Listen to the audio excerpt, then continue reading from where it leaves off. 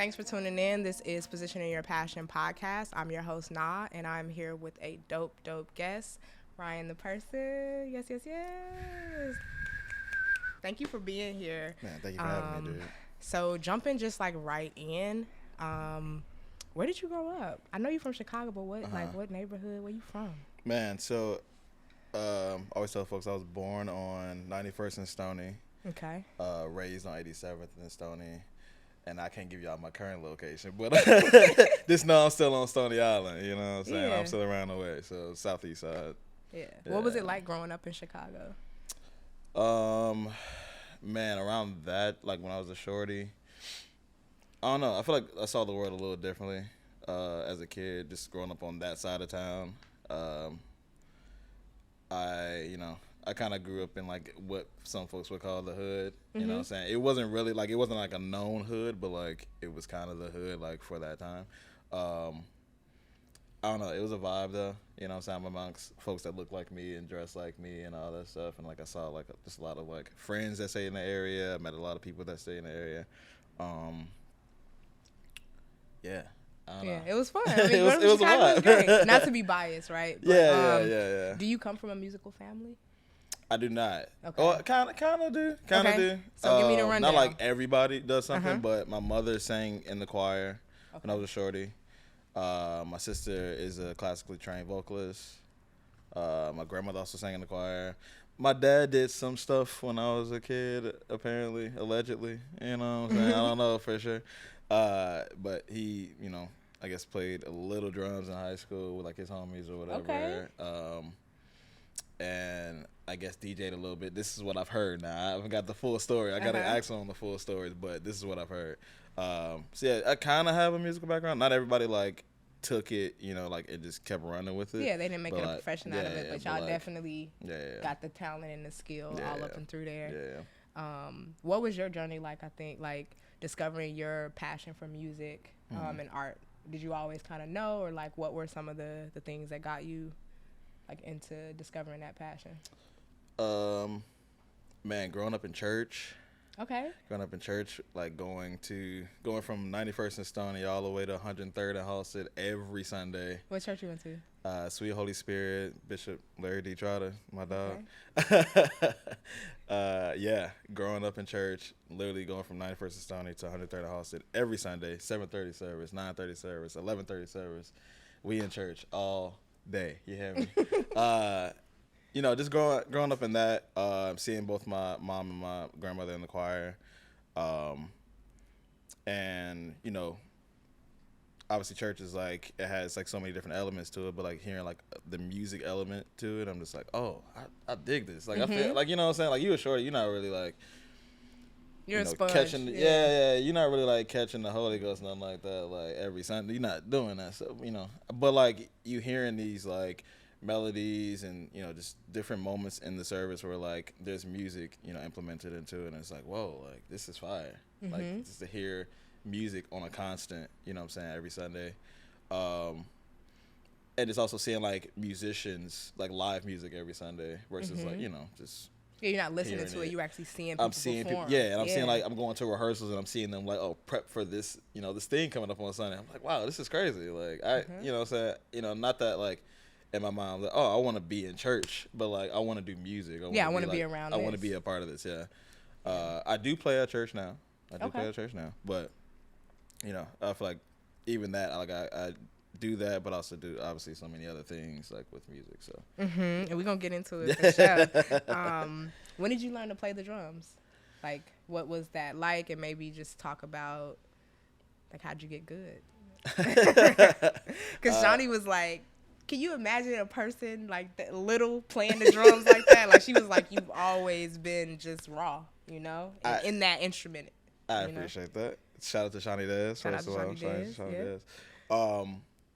Man, I don't even know. I kind of just like naturally gravitated towards playing drums. I feel like I just saw like a lot of like OGs in the game, like when I was a shorty, like doing the thing.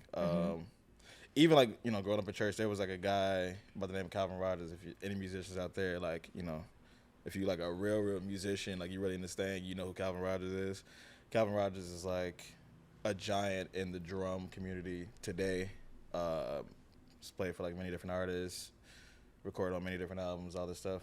But I would see this man every Sunday, like in his teenage years, like playing drums, and I'm like, wow, I want to be him. I want to be him. Yeah. Like, you know what I'm saying? I feel like seeing that along with like just like having a passion in music, like through my parents and like through my sisters and stuff like that, like seeing how they, you know, were in music or like participated in music in any way. I was like, man, I kind of want to push for that, you know what I'm saying? And drums, like, I don't know, it's just like a natural, like, who doesn't like this fucking hitting shit, you know what I'm saying? Like, it's just like, sound. yeah. I was just like, okay, cool, I want to do that. I want to fucking hit shit. And then over time, I was just like, I went from just like playing like more marching band stuff to like playing like a full kit, you know, when I met Shawnee and all that stuff, like playing in the choirs and whatever. How old were you? I think I started playing for our school's choir maybe, I was probably like 7, maybe 7 or 8 or so. Wow. Yeah. How old are you now? 27. 20 years in this Been in the thing. game. Been in the game for a long time. That's a long time long time. like love an instrument and like to get good at it. Yeah. But you also produce. I do produce. You do produce music. Yeah. So can you talk about like what inspired you to start producing music, and was that like a continuum? Because you also DJ. So maybe talk a bit about like how did you get into producing music and then also DJing, and it's like what came first, like how did that work out? I feel like I actually got into DJing right after doing drums and stuff like that. Only because I grew up in a household where like moms was playing like Anita Baker and Luther Vandross and all these, different like soulful sultry sounds. And my dad was playing more like Frankie Beverly and Maze and Earth, Wind and Fire and, things of that nature. And I also had like, I have 2 sisters as well, and they like put me onto a bunch of music from like, anything from Missy Elliott to Ludacris to, all the things of that era. I got sidetracked. I can't even. Well, no, it's all good. But no, we in it. That's what that shot do. Yeah. But we're talking about what inspired you to start producing music, and For you sure. did say that DJing came first. DJing definitely came talking first. about like how did you get started? Like what was that journey like for you? So DJing kind of came later on in my life. Okay. Around like end of high school, beginning of college. And I would be at different parties or whatever, and like hear, some of the homies spinning or whatever, and end up linking with a homie, DJ Mike P, who's like an amazing DJ in the scene. Yeah, we know Mike P. Yeah, my dog. Traveling around with him to different like homecomings and proms and things of that nature around the city, and I was just like, oh, this is what you're doing. Okay, yeah, I can do this. I think I can do it. And I feel like I knew enough music, so I'm like, okay, let me take my, try my hand at it. So I started doing that a little bit. I think a combination of playing drums and DJing, I'm like, I kind of want to start producing my own, not my own stuff just yet, but like just producing in general for like, other people, or just like making things, constantly. I feel like producing kind of came a little bit, after like leaving college. I didn't graduate from college, but What school did you go to? Went to Columbia downtown. Everybody went to Columbia. That's kind of the thing. I'm going to say like you went. Yeah. I went. I got what I needed. You know what I'm saying? I met some great people through going through there. I went there for a year. Ended up getting on up out of there. Exactly. You know what I'm saying? And I feel like shortly after leaving there, I started producing a little bit. Just because I would see like the homies, doing that kind of thing. Not necessarily like to create for an artist, but just like, create just to get it out. Yeah, just to kind of cook and all that stuff. And so I kind of gravitated towards that a little bit. I'm like, oh, let me try my hand at this. I'm always a dude that's gonna try my hand at everything. If I can't, you know what I'm saying? If I can like get the resources to do the thing, I'm gonna try to do the thing. So I've been, grateful enough to like work with like many different artists around the scene. playing for them, producing some stuff for them, Mm-hmm. arranging some stuff for them. So, yeah. What's your equipment? What's your setup? What's your software? What you using? I'm a Serato dude, fully. You know what I'm saying? That's my For the DJ, my yeah. guy for the DJing. Mhm. Man, I'm a flip flopper between Logic and Ableton right now as far Okay. as production. Uh-huh. Logic is always, if you produce out here, you understand Logic is very much just very intuitive. Like everything kind of is just mapped out for you, almost like GarageBand. Everybody has like GarageBand when you first like get a MacBook and all that. Exactly. You first get So, going. Yeah, Uh-huh. yeah. But like Logic is kind of like that step up. So like it's just a little easier. You know what I'm saying, to like kind of work through. But I will say the workflow in Ableton is very much like just I don't know. A homie of mine just put me onto it not too long ago, and I was just like, man, the workflow is crazy. Like how I can just get things done on the fly, and it just sounds so like heavy and just perfect and clean and all this stuff. So yeah, those are kind of my two right now that I'm using for that. And then what do you play on for your drums? I'm a Pearl drums kind of Okay, guy. Pearl been around for a long time. Okay. I just kind of when growing up in church, like you don't really have like a lot of like options for drums. You're not like you got the best kit. You know what I'm saying? So like most of the churches had like PDP kits and like little whatever kits. And I think I went to one church one time and heard a Pearl kit, like a nice Pearl kit. He was like, yeah. And I was like, man, I want to play that. That's kind of like the sound I'm looking for. And then over time, my dad ended up buying me a kit, my first kit. Not my first kit, but like a real kit. Not, you know what I'm saying? I'm just like Something you could whatever. really do Something something on. yeah. It's crazy. I still use that kit to this day, like Really? touring. Yeah, that's been the main kit I've used, like in recordings, tours, whatever. You know How old were you when he got it for you? Oh, maybe I might have been like 10, 11. Oh, wow. Yeah. I still use You're the same still kit. using it. Still Oh, use it. I wow. clean it up, change out the heads, all that stuff. You know what I'm saying? Like, That's really dope. Yeah. Built to last. Okay. you know, it's Pearl, baby. You know, it's built to last. Plug. You know what I'm saying? Sponsor the guy. But Please. Pearl, if you're listening. No, I'm kidding.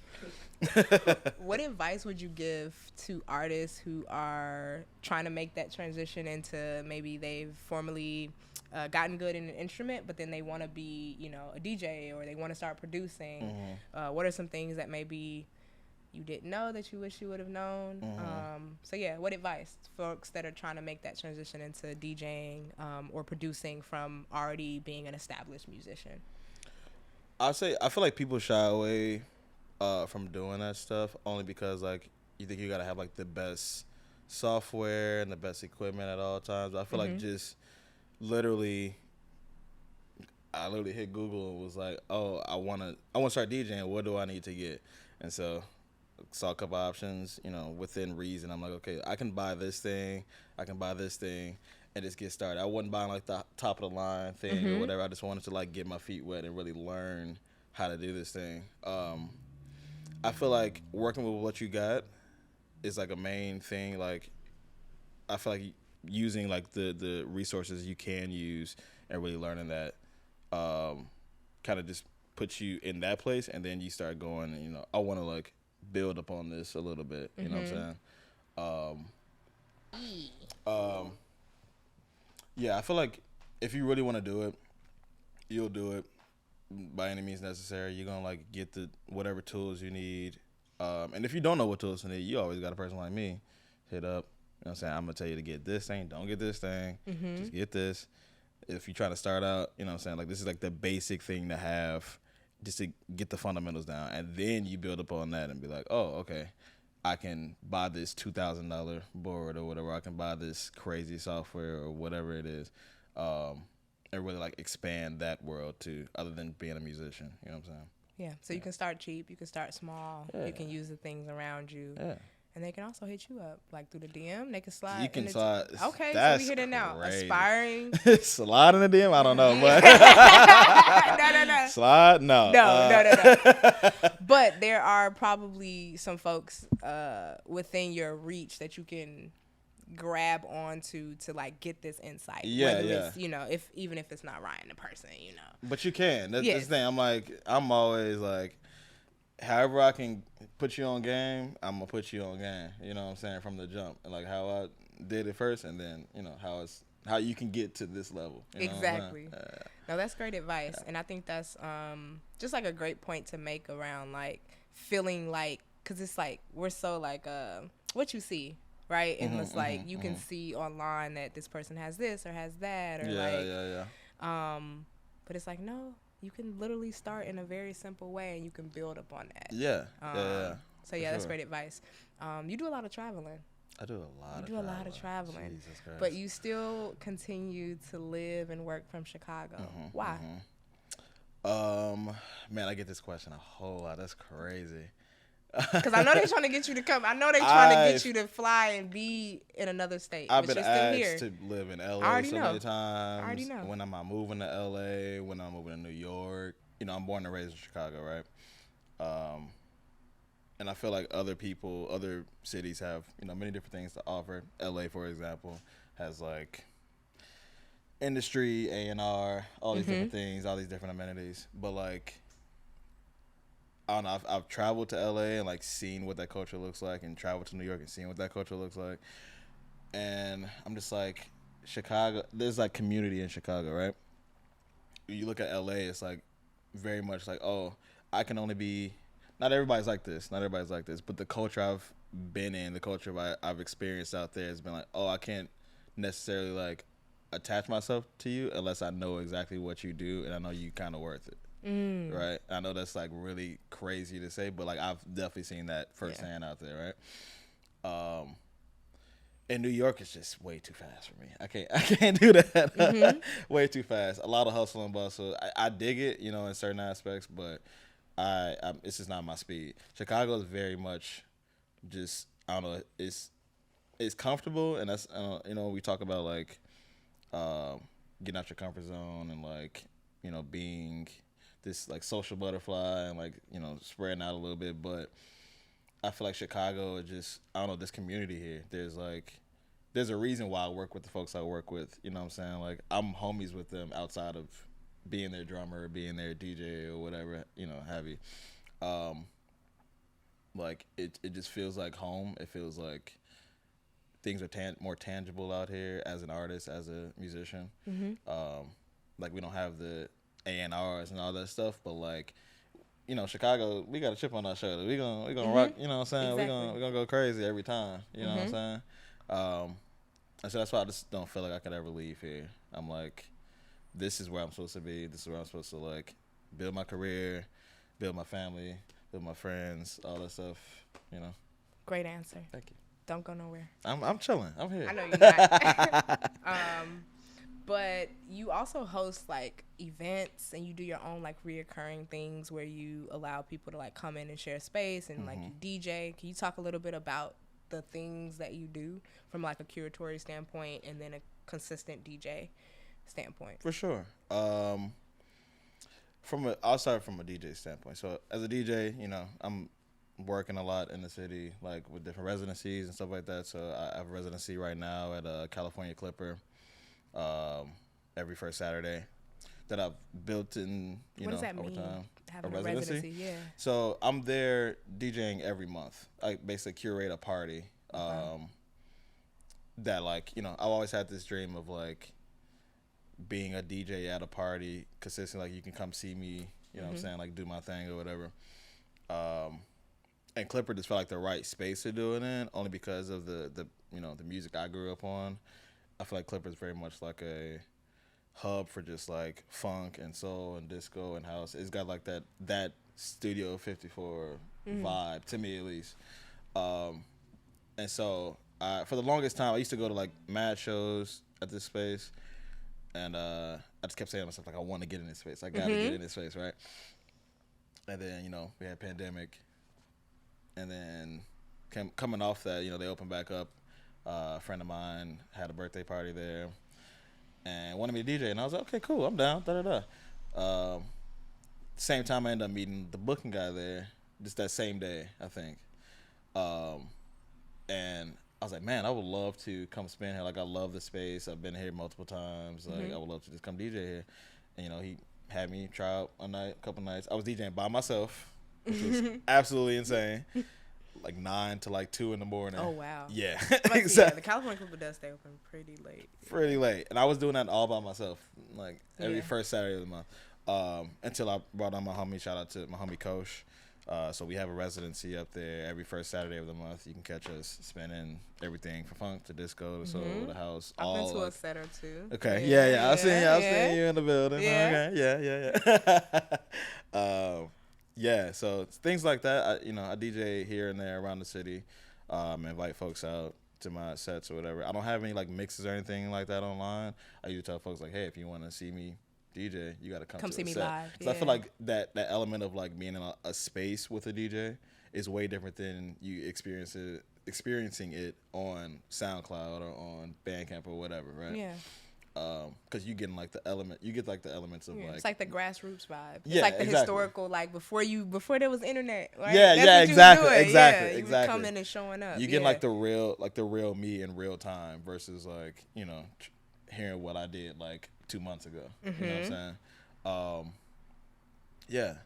Also, I've been solely trying to get into curating jam sessions around the city.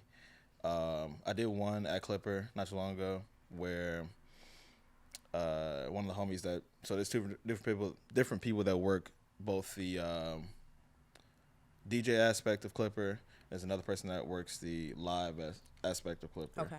And so another homie of mine, he hit me up and was like, hey, you want to do a jam session here? Yeah, I'm down. I'm instantly in. I'm like, this is what I've dreamed of doing. I feel like I saw you at Chris's jam sesh, right? Yeah. That is at Martyrs. Yeah, Martyrs. That's shout out to Chris Sanchez. Yeah, shout out to Chris. I want to say that's every first Sunday of the month. Yeah. Yeah, but that kind of like continuing that type of energy into California Clipper. Yeah. And so I did that. First time ever doing it. And I was like, oh, I'm going to put the band together. I'm bringing some homies to come play or whatever. Bring in my homie to come sing. Didn't think anything of it. It's a Tuesday night. They have it on Tuesday nights. Didn't think anything of it. Posted the flyer or whatever. Saying we're going to be there. I think we packed the room out like front to back. Come on. It was beautiful. Absolutely beautiful. And my goal for that night was just to bridge the gap between like musicians in this part of Chicago that like might be like starting out as musicians, like not necessarily like established in the way they want to be established, but like are at least like doing the thing, like in the community, doing the thing, with like other musicians that like have been in the game for a while, a little experience. Like that emerging and established. Yeah, exactly. And so that was my goal for that thing. And I'm still like in the works of like, curating spaces like that where like I'm bringing like OGs to meet the young homies or whatever, like, and like, ask them questions, play with them, you know what I'm saying? Like, and really gel and kind of, mix and mingle these folks in a city where like we should be doing that, right? Exactly. It should just be common, but you're giving that little push. You know what I'm saying? Yeah. So that's that's been the thing recently. So what is it like being a bandmate and like maneuvering that, like scheduling? Because you play for a lot of different people. And I just be like, I was ready for this question. Yeah. Like, so how does it work? And maybe talk about times where, or if there has been a time where you kind of had to make the decision. Yeah. How does that work with playing for artists and being a part of a band and scheduling and all of that? So just, can you talk about it? Got you. So yeah, I play for like a bunch of different artists around the city.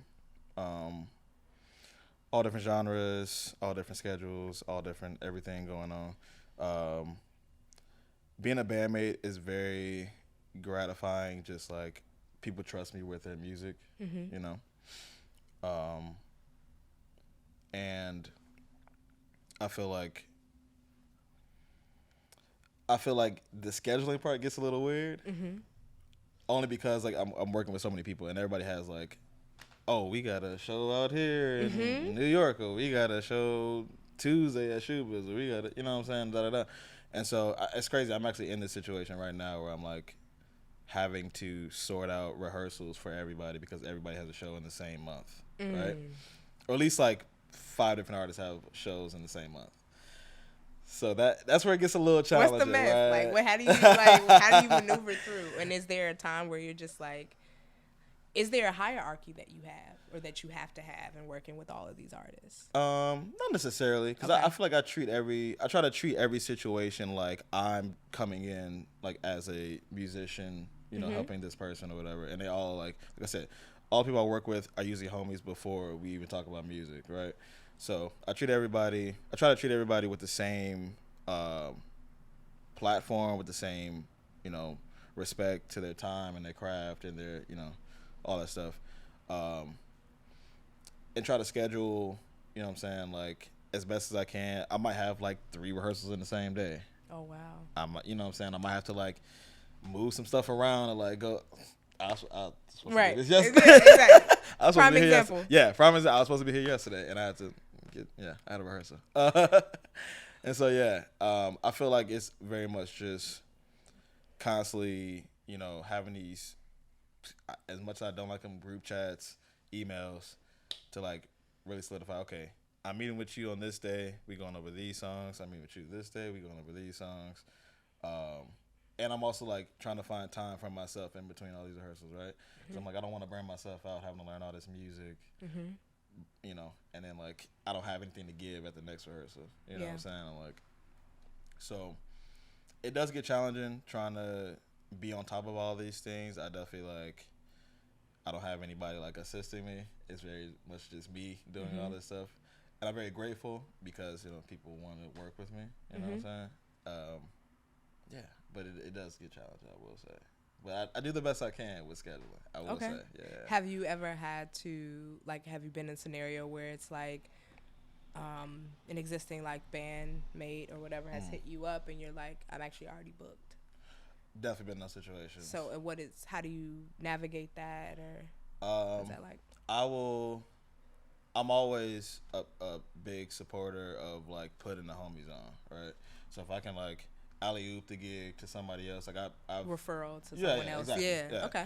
I'll like I've been in situations where, for example, Kaina, shout out to Kaina. Shout out Kaina. Kaina's had a gig in Chicago, big gig. She had a festival or something like that, and I'm already knowing I'm gonna be on the road. I was like, I want to play this festival, but I know I can't make it. I can't jump off the road to do that.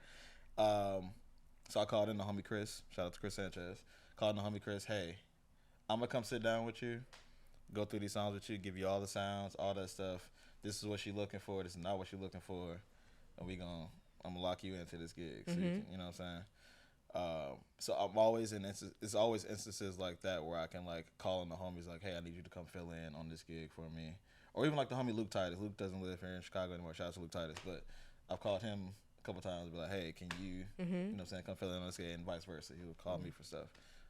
And that's the community that you're talking about within Chicago, where it's like, if I can't, then I know somebody who can, and I trust that they will give the same energy, time, dedication, and then it's like no problem. Yeah, exactly. I feel like I'm very big on that because I'm like I can't be everywhere all the time. Exactly. So I'm like, how can although you want to be. If I had at least 2 more of me, I would do it. I would make it happen. But if I can always like alley-oop the thing to the homies, like, hey, like, you know what I'm saying, I know you can handle this job. Come on and do this. Ooh.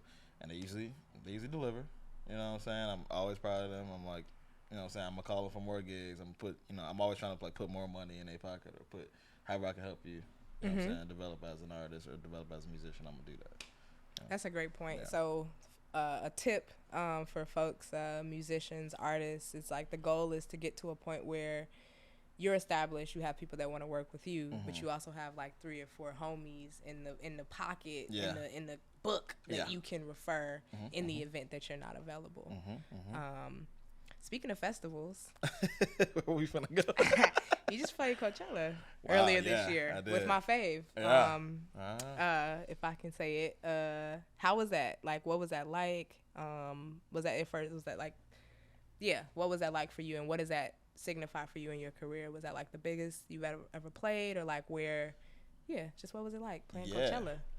First of all, I mean, everybody knows Coachella is like this crazy festival. You see it on like YouTube streams and all this stuff. It's like a big thing, big deal every year. Yeah, it was honestly amazing.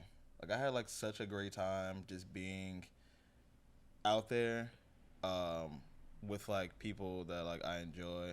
It's honestly a blessing playing for. I'm gonna say it, I play drums for Saba. Yeah. Pivot Gang. Shout out to Saba. Stab out. Shout out.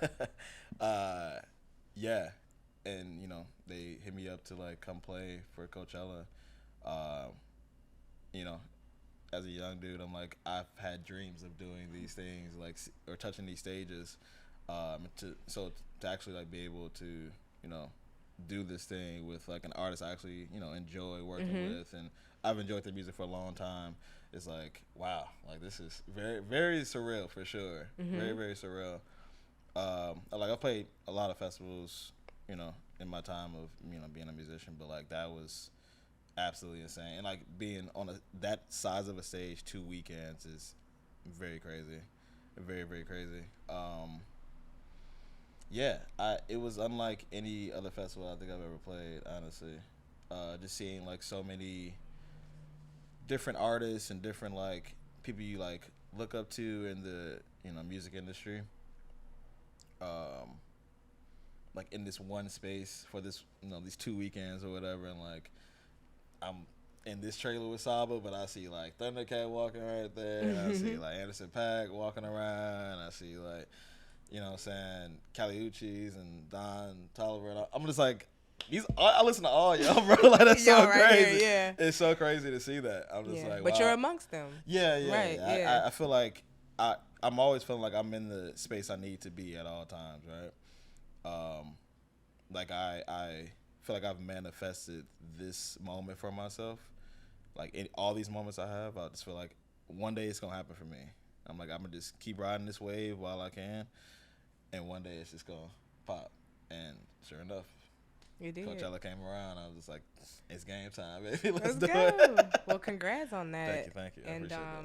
Speaking about like just all the places you've been and stages you've been able to touch, like are there any other ones that stand out to you? Obviously Coachella is Coachella. For sure.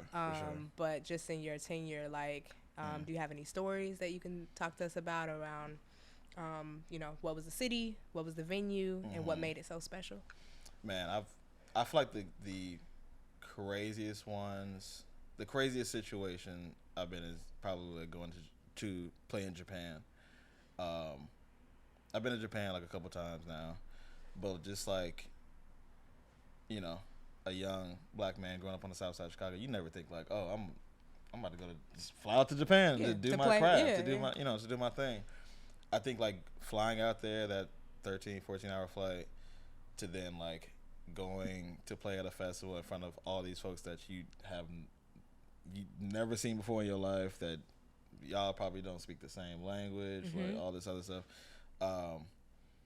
It felt like so just different, way different. I was like very honored. Shout out to my homie Sin Morimoto. He's the one that played out there multiple times. Asked me to go out there with him. I was like, yeah, I've always wanted to go here. This is crazy. Yeah, and just being like a different culture outside of like what you're known, like what you commonly see all the time. Yeah, that was such a crazy time, such a beautiful time. And more moments to come. Yeah. I was gonna say something else to that effect, but yeah, it was just very different, and it's like a culture shock because I'm like, yeah, I've never been here. I've never been here before. So like, I'm going to eating different food, seeing new people, just being in like a different space other than what I'm accustomed to. I feel like that's what also builds you as like a musician, right? Like you go into these spaces and like seeing different things, experiencing new people and new things. I was like, I get another look at the world and like how more expansive it is outside of just like my little corner where I'm at, south side. You know what I'm saying? Yeah. Nice. I was gonna ask that question, but I'm gonna skip it. Go ahead and ask it. No, I'm gonna save it for later. We got about 40 minutes. Okay. How do you make money? Like, what are the things out of all the things that you do, from being a traveling musician, a DJ, a producer? How does that work out for you in terms of the things that sustain you and your lifestyle? Because you're full time in this, right? Full time. Yeah. Ain't no other. No other side things. Yeah, I'm full time in this. Man, I feel like I'd say the main thing is that's like, you know, paying the bills and all that stuff right now is DJing. That's like been wow. yeah. That's a surprise. I know. Let's go. I know. And I don't even like DJ. I'm not DJing like super often, but I feel like I'm DJing enough. I'm DJing enough. And I feel like with DJing, you know, you can kind of like set your own like hours. You can set your own price. You can kind of like shift it around a little bit versus like, you know, you kind of do the same thing with drums, but it's not as like, I guess it's not as common because drums, you know, you're setting, you got rehearsals, we playing for this time on stage, and you like have a more set time thing. and energy. Yeah. It's way more time and energy. Yeah, you know, DJ, you just gigging. You just gigging. You just there. And I don't know. It's like DJing weddings, DJing like clubs, DJing, you know, different things or whatever. You kind of like, you can kind of gauge like, or you kind of move like your price around just a little bit, right? I feel like for weddings, I've definitely like, you know, people are always gonna pay for a DJ. They're always gonna like put that bread out there, like, hey, we need you for 15 hours. We need you to pay you X amount of dollars, whatever. Okay, cool. Yeah, I'm down. Whatever. And I'm always grateful for those people that like hit me up for me to do those things.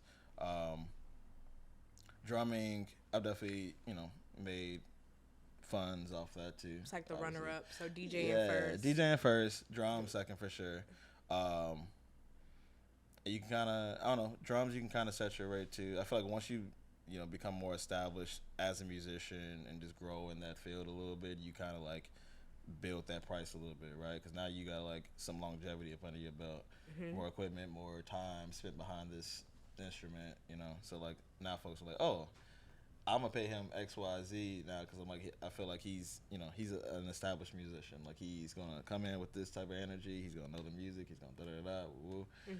And that's, you know, that's also a blessing too. You know what I'm saying? I can step into a room and they're like, oh yeah, I can set my price, and they're gonna be like, oh yeah, I'll get that for you. Yeah, I see the quality. I see the quality. Yeah, exactly. Yeah. So how did you, or is there another thing with production? Are you at a point where you're making money from your production, or is it more just no?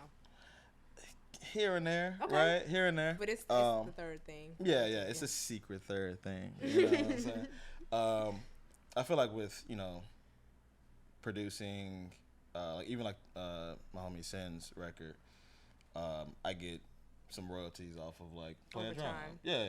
So like, but even then, with, you know, the way society is with streams and all these other things, you're not really seeing money off of that, right? But it is cool to see. It is cool to see like your work like in that realm like make money. You know what I'm saying? It doesn't come too often.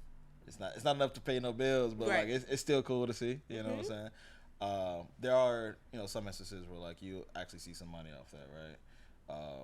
What are those instances for you?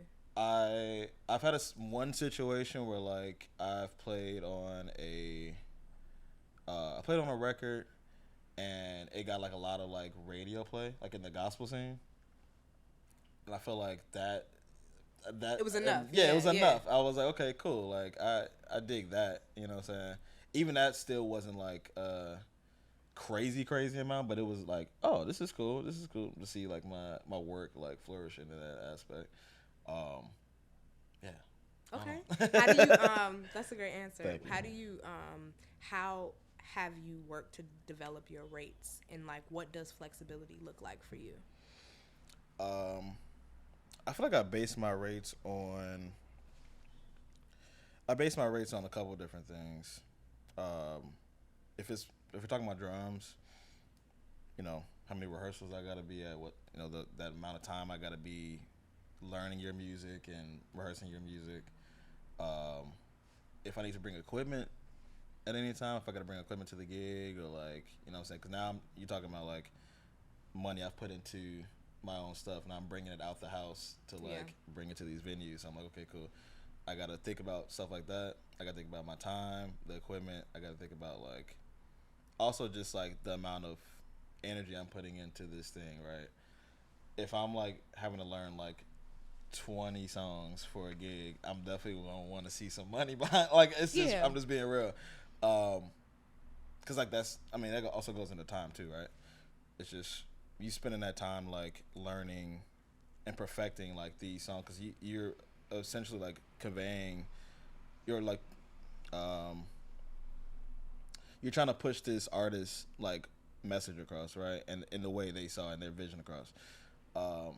And the only way I could do that is if I do the homework. I'm spending my time like putting in that work to like make sure like my part is taken care of and they're feeling comfortable the whole way. I feel like if I'm doing that, if I'm taking my time to do that, it's like now it's like, okay, can I be compensated for this? Can I be compensated in that way? Yeah. Also, just, you know, like I said, with longevity, I've been in the game a long time. You know what I'm saying? Doing it for a long time.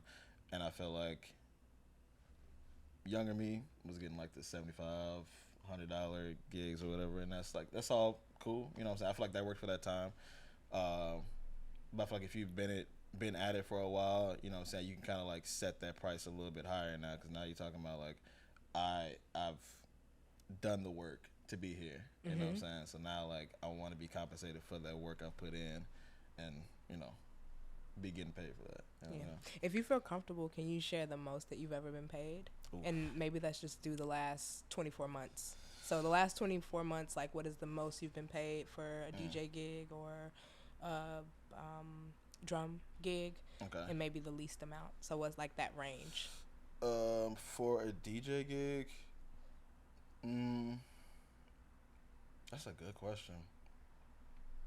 The most I've been paid for a DJ gig might have been like $1,500, maybe. Okay.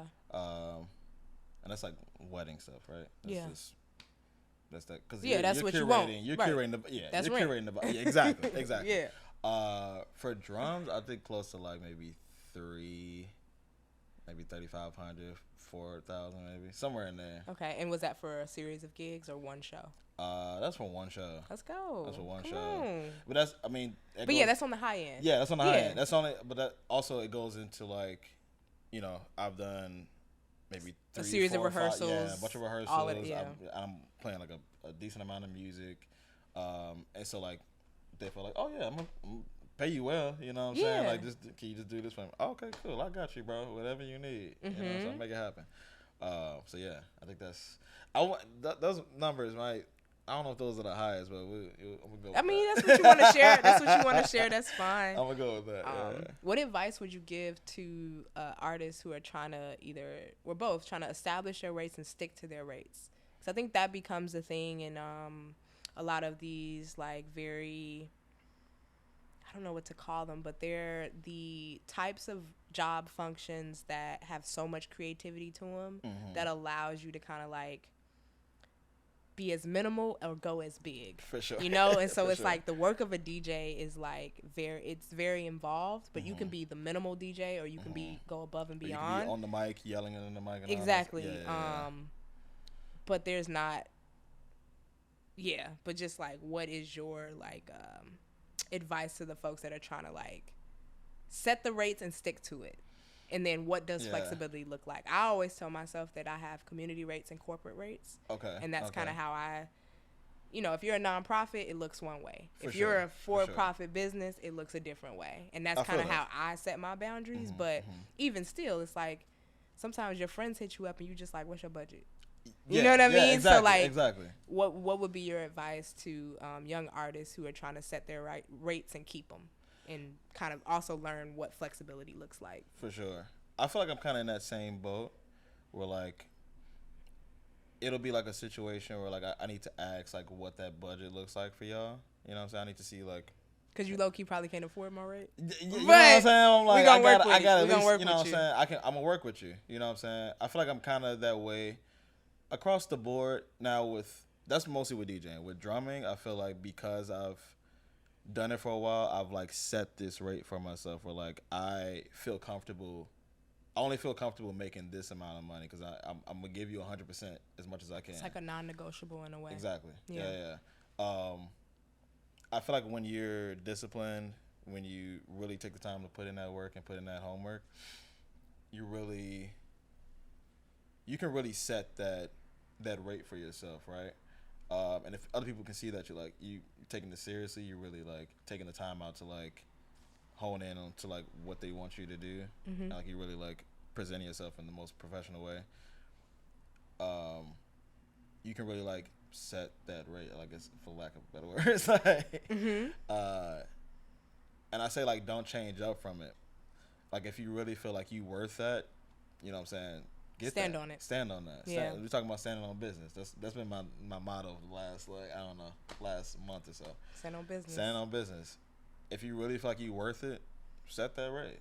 And don't switch up from it. Especially like if you have been in this thing for a while. You know what I'm saying? You don't want to feel like you are putting in so much work that you're not getting anything in return from it, right?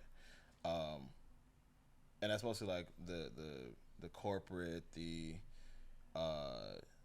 it's not really too, like we talked about community. It's not really too community. I feel like in community, I'm like, I can work with you. I can meet you where you at, and we can talk some numbers, or I can like, if you can't do that, then I can only do this much. Can I give you this much, and like for that rate, you know what I'm saying? Yeah. Maybe I can't give you the whole like 5 hours you want me to do, whatever it is. Yeah, for the rate that you're at, and then you kind of negotiate.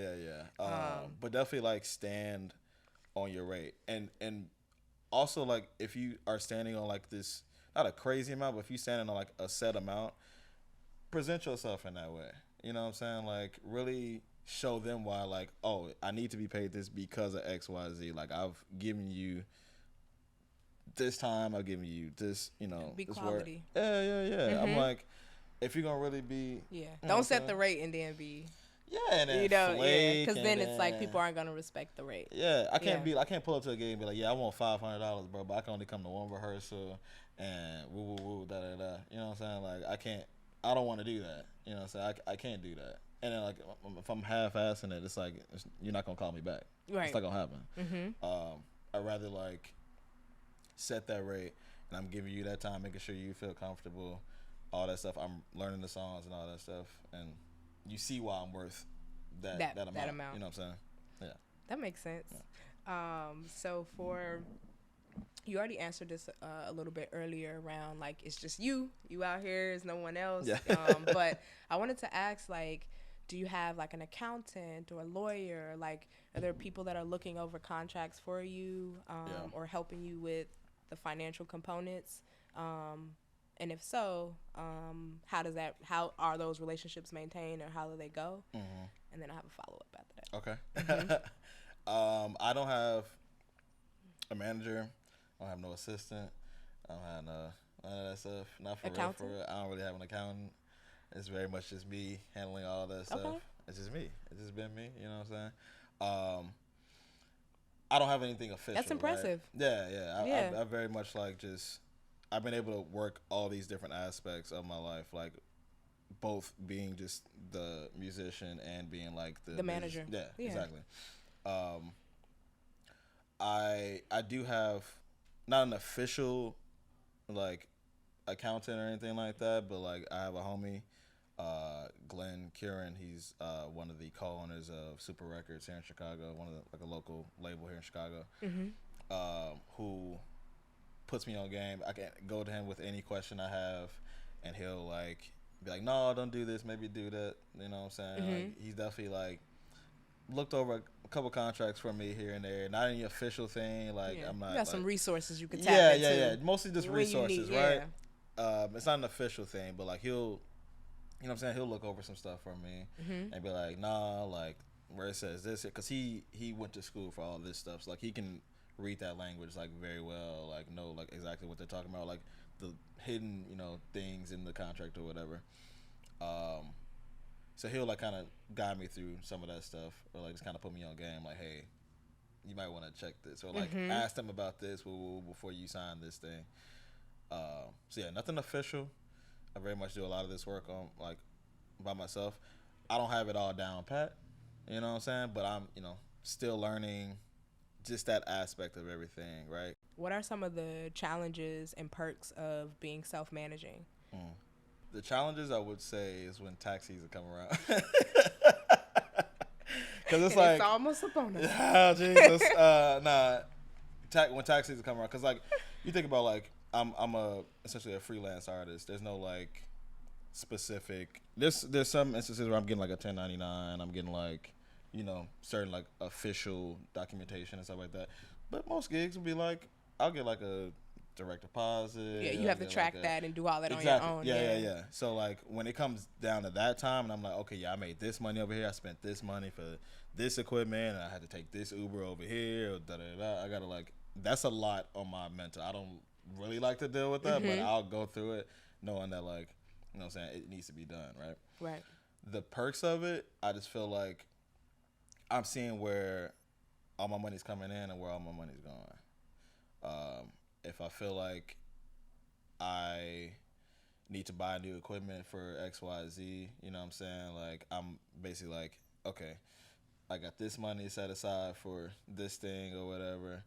I'm building on that. I got this money set aside for all these bills or whatever, and I can watch that money come and go. You know what I'm saying? Like, I'm watching this, like, hit my account and drop out of my account. You know what I'm saying?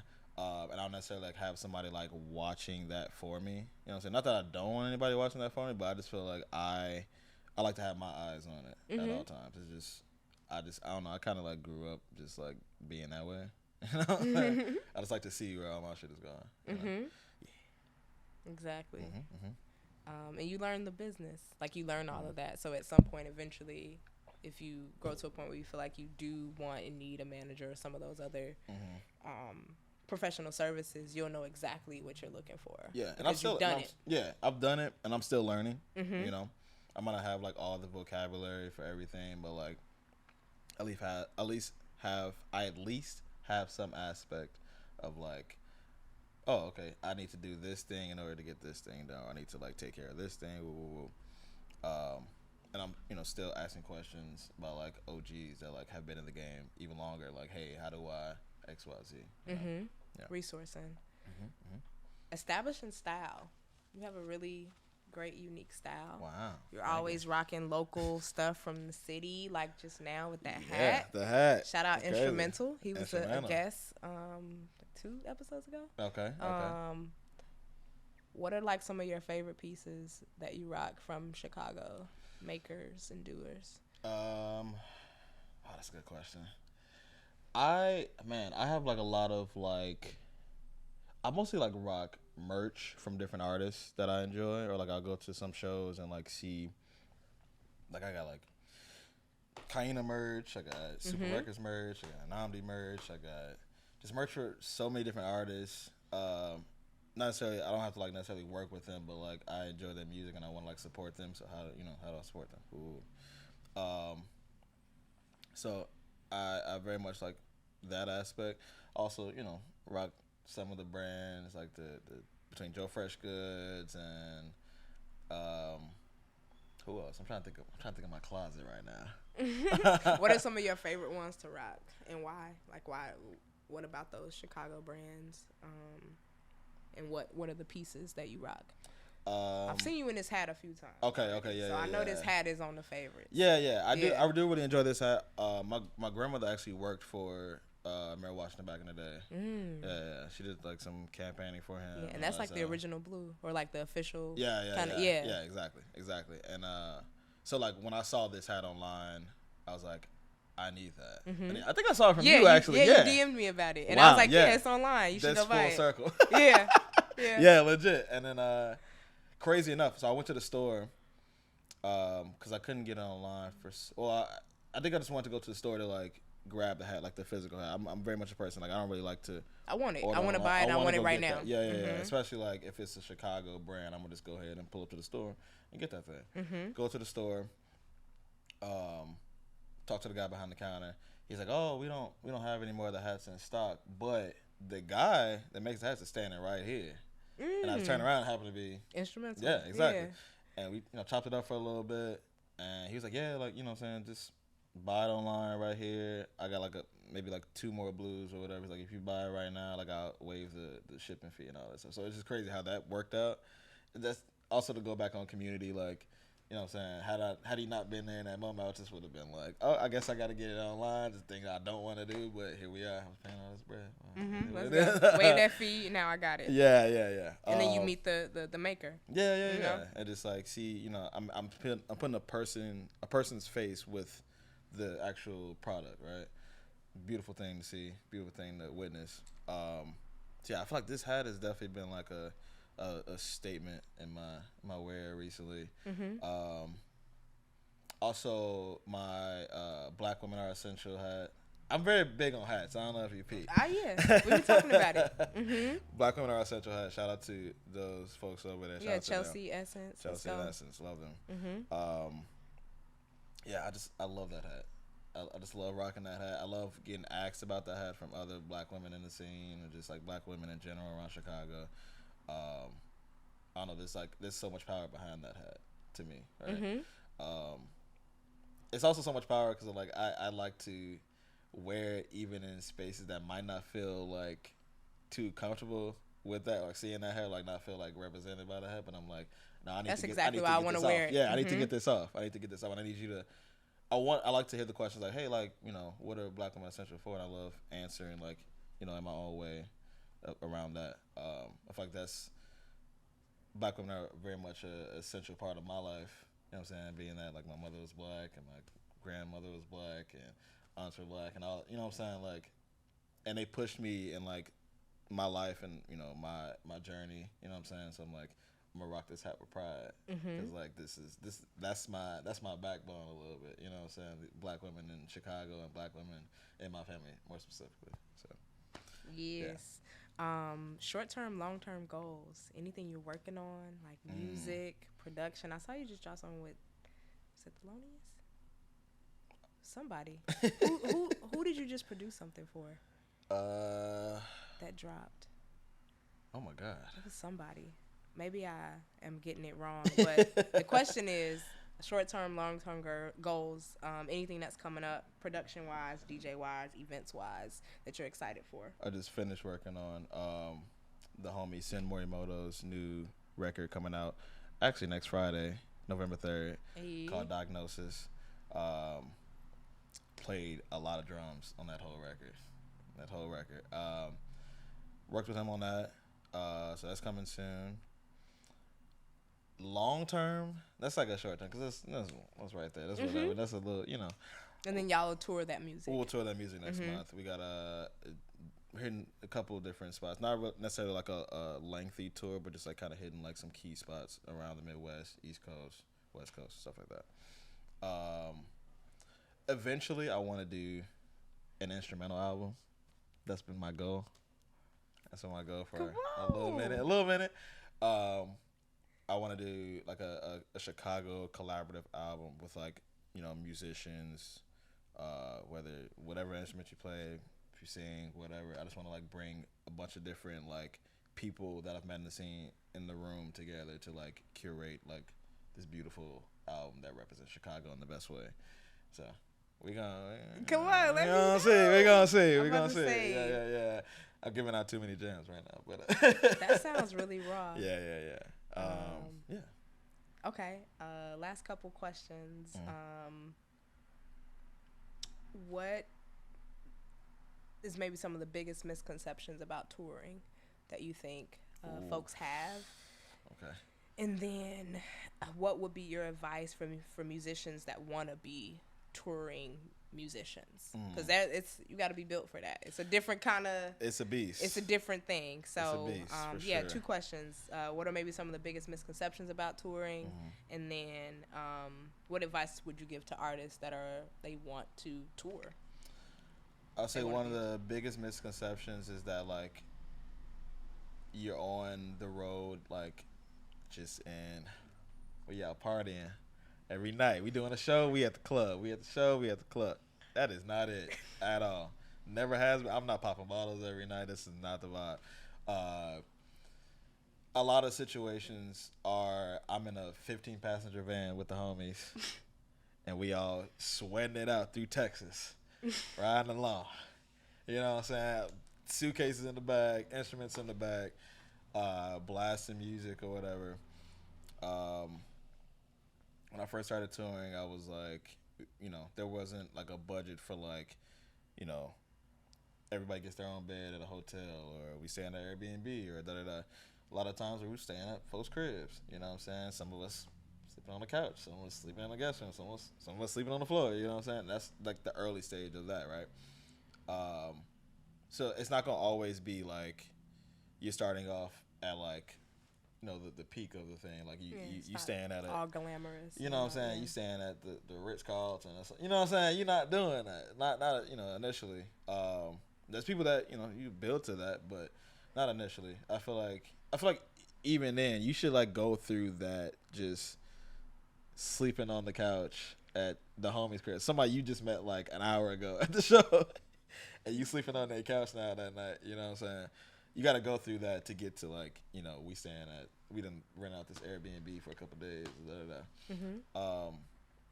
Yeah, so it's not always super comfortable.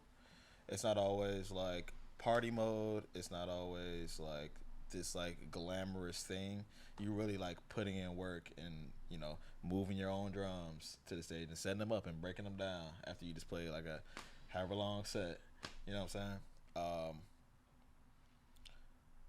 I feel like I'm trying to think of another misconception about tour because I feel like I get this question a lot too. Like a lot of homies want to go on tour and I'm like, okay, you gotta deal with this thing over here, and I like try to. It's like a lot of younger guys like will be like, yeah, bro, that's like my next move. Like I want to go on tour, and it's like, well, you got to be mentally prepared to be like, we might just be eating from this fast food restaurant.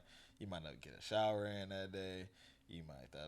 You know what I'm saying? Like you don't get all the amenities that you get in your home, like comfortable at home. Like you're living out of a suitcase for like however long. Mm-hmm. You know what I'm saying?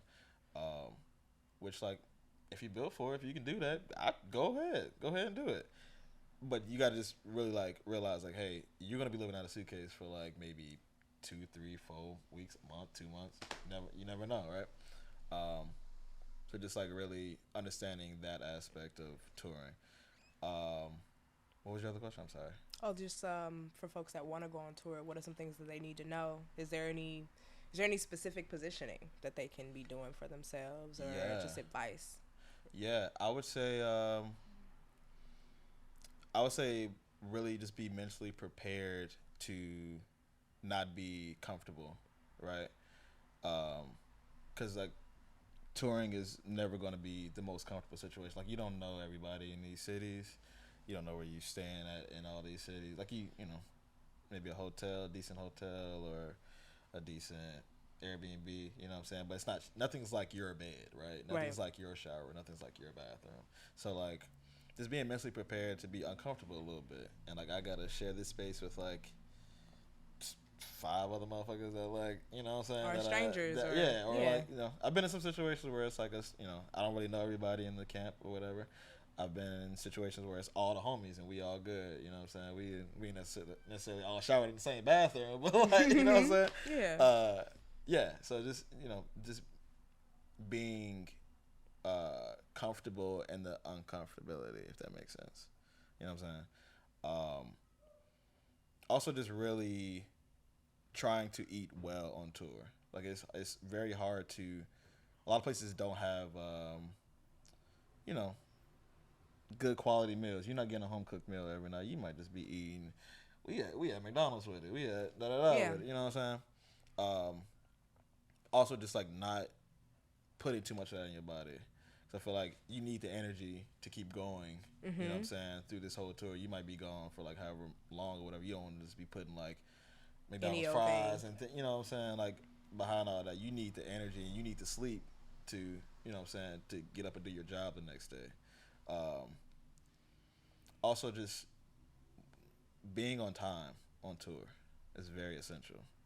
Being on time for sound check, being on time for van call, being on time, just with anything. Like, very much, just being on time for, like, all these things is going to just help the tour move swiftly, right? Because it's not just you, moving on this tour. You're not the star. You ain't da-da-da. you're moving with a camp. You're moving with a lot of different, people that got different ways they move, different times they move. You know what I'm saying? Like you want to just make sure you're always on your A game at all times, because then it's gonna naturally it's gonna rub off on everybody else. Like, okay, cool. He got it. We got it. We moving. Yeah, that's tour life. I probably got so much more to talk about that, but like that's my general feeling about it. No, that's perfect. Thank you so much for saying yes to being on the podcast. Thank you for having me. Yeah.